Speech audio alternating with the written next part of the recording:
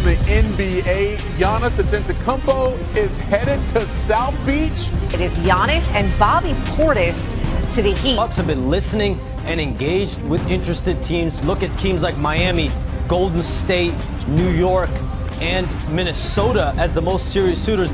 For over a year, this trade felt impossible. Every insider had a different theory. Every rumor died before it went anywhere.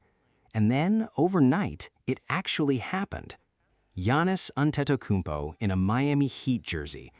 Instantly, the entire basketball world picked a side. One half called it the return of a genuine contender. The other called it a reckless gamble that could bury this franchise for a decade.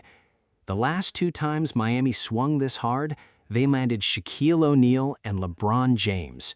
Both times, championships followed. And speaking of LeBron, he's watching this exact situation unfold as a free agent right now. Pat Riley has landed his white whale. We know his history. Shaquille O'Neal, Alonzo Mourning, LeBron James, Chris Bosh, Jimmy Butler, and now Giannis is walking into Miami. To understand this trade, you need to understand exactly what broke first. 3 years ago, Miami was in the finals. Since 2019, they hadn't missed a single postseason. Spoelstra remained one of the league's sharpest coaches, and Heat culture, however you feel about it, was still very real inside that locker room. The actual issue was never talent or intensity, it was stagnation. 4 consecutive years stuck in the play-in tournament, never once looking like a genuine threat. At the 2026 deadline, while the rest of the East upgraded aggressively, Miami stood completely still, the only team in the conference to make 0 moves. Everything collapsed onto one single game against Charlotte. Bam Adebayo got tripped, injured his back, and left with no whistle called. Even without him, Miami nearly survived, up 3 points with 12 seconds remaining. Then it unraveled entirely. A corner 3 forced overtime, and Miami lost by a single point, missing the playoffs for the first time since 2019. One game exposed the entire roster's biggest weakness. The Celtics offered Jaylen Brown, the 2024 Finals MVP, and I'm told 2 unprotected first-round draft picks. The Celtics were not willing to part with enough young players and assets to get a deal. This problem wasn't new either. For 6 straight years, Pat Riley chased a genuine fix. He pursued Kevin Durant. He circled Donovan Mitchell. He made a real attempt at Damian Lillard. Every time a star hit the market, Miami showed up. Every time, they left with nothing. Until now.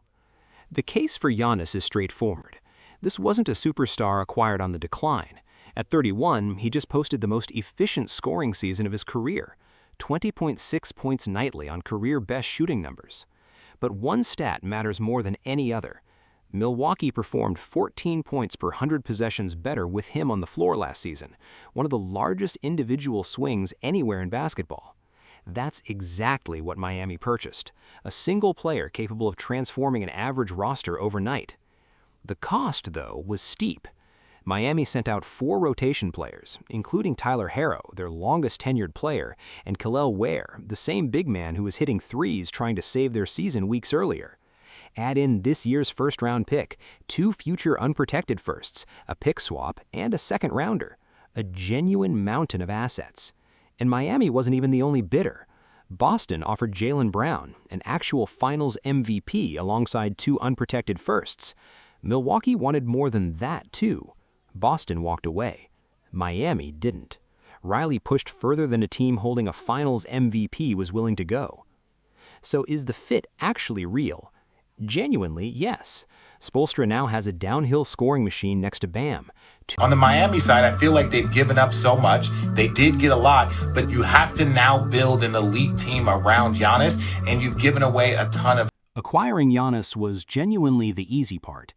Building the correct roster around him is far harder, because a downhill scorer who struggles shooting only works when everyone around him can space the floor properly.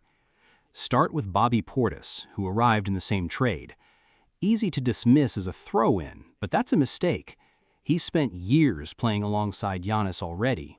He's a champion, and he plays with exactly the physical edge Miami has always valued.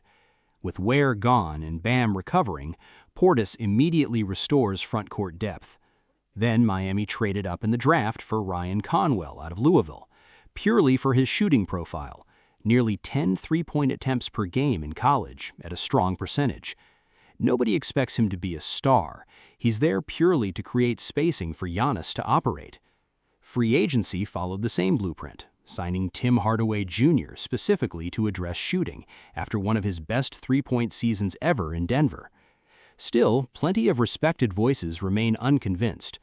Richard Jefferson said flatly that Miami gave up far too much and still has serious work left building an elite roster around their new star. Jeff Teague summarized the concern bluntly. Giannis needs shooters, and Miami barely has enough left to surround him with. And again, being 42 and still playing at this level is insane. When you think about what's admirable, having all these people call, and I said this to LeBron. LeBron James won a championship his second year in Miami, his second year in Cleveland, his second year in LA. Not this season, the following season. But Miami's real ceiling might not even be about Giannis alone anymore. LeBron James is a free agent, and Miami is legitimately in the conversation. Longtime Cleveland insider Brian Windhorst admitted that the more he's studied this, the more Miami genuinely makes sense over a Cleveland reunion. The reasoning is simple. Cleveland already has Donovan Mitchell on a massive new contract and James Harden running the offense, two guards who need the ball constantly. LeBron just watched his role shrink dramatically in Los Angeles, his three-point percentage collapsing once he got pushed into a corner role. Why walk into that exact same situation again? Miami's roster tells a completely different story. Giannis scores at the rim, Bam is a traditional center, Portis is a frontcourt piece.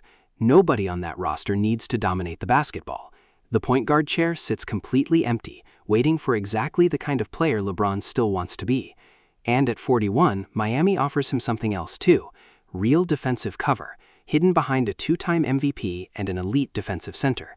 Riley clearly knows this. When he introduced Giannis, his first comment referenced landing one plane, then immediately mentioned another still in the air, never once saying LeBron's name out loud. Classic Riley, saying everything while technically saying nothing. But hovering underneath all of this optimism is one massive risk. Giannis can't sign his Supermax extension until January, and until then he's holding a player option he could simply decline to test free agency in 2027. Miami emptied their entire vault for a player who could, worst case, walk after a single season. Bleacher Report called it plainly. If he leaves, this move risks becoming a genuine disaster. So where does this actually leave Miami? The flaw that haunted this franchise for years is finally gone. After 6 straight years of losing every major star sweepstakes, they finally won one. What's still missing is everything required around him, and possibly the single biggest name in the entire sport. Whether Pat Riley completes this vision with LeBron or without him decides everything. The smartest all-in bet in franchise history, or the most expensive mistake this organization has ever made. History says don't judge this by next June, judge it by the June after. If breakdowns like this are exactly what you come here for, make sure you're subscribed, because this channel exists to bring you these deep dives every single week. Drop your prediction below, and I'll see you in the next one.